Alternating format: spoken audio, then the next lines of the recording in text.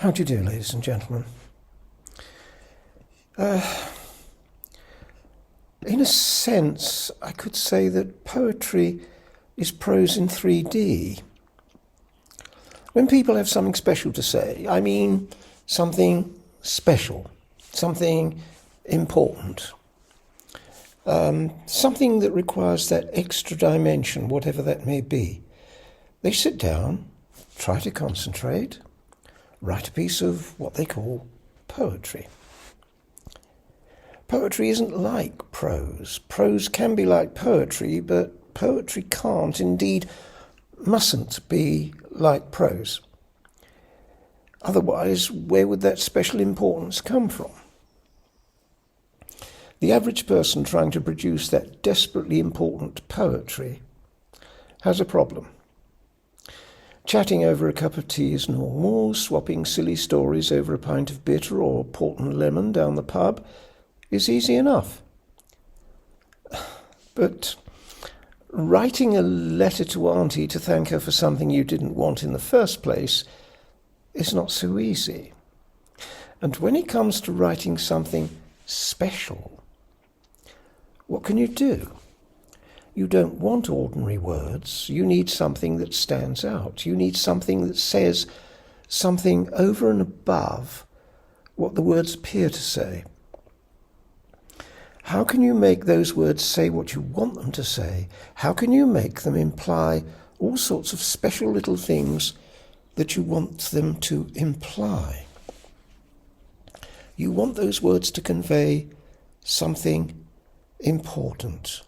You want the words to disclose more than they are usually able to convey.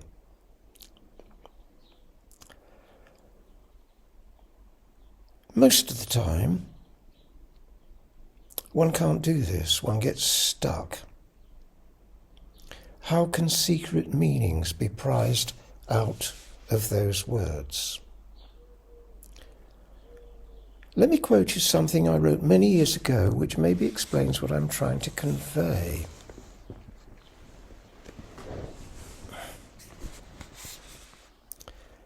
For the first time in my life, I need to say something, but cannot speak.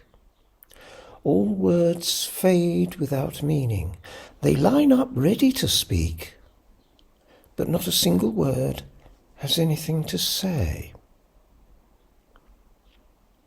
It was a difficult time for me. I was facing a coffin which contained what I can only describe as the deserted body of my wife. A couple of weeks earlier, my daughter was going to visit Annabelle in hospital. We knew she was near the end. I desperately wanted to say something to her, and knew this would be the last thing I ever did say to her. I struggled desperately to put the whole of me, the universe, everything, into those final words. I ended up writing 3 apparently pointless lines. I'm told that Annabelle read them and smiled. Those 3 lines worked. She smiled a reply. There's something special in that. That's poetry. Most of what is presented as poetry these days is merely poorly written prose. Most of what is presented as poetry these days gets poetry a bad, indeed a very bad, name. It's a turn-off to say you write poetry. It's a turn-off to advertise a poetry reading.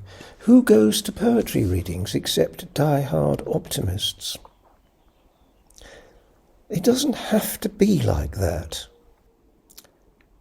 What one is supposed to be doing is uncovering secret meanings in collections of words, meanings that touch the soul.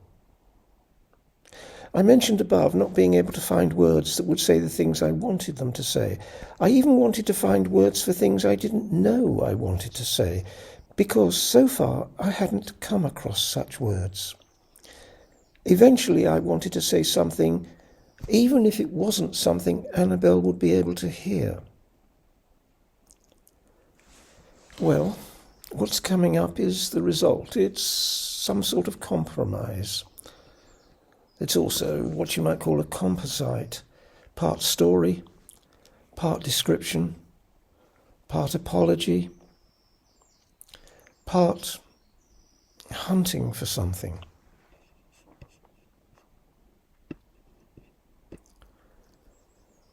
The poem is called She Falls Asleep. Here it is.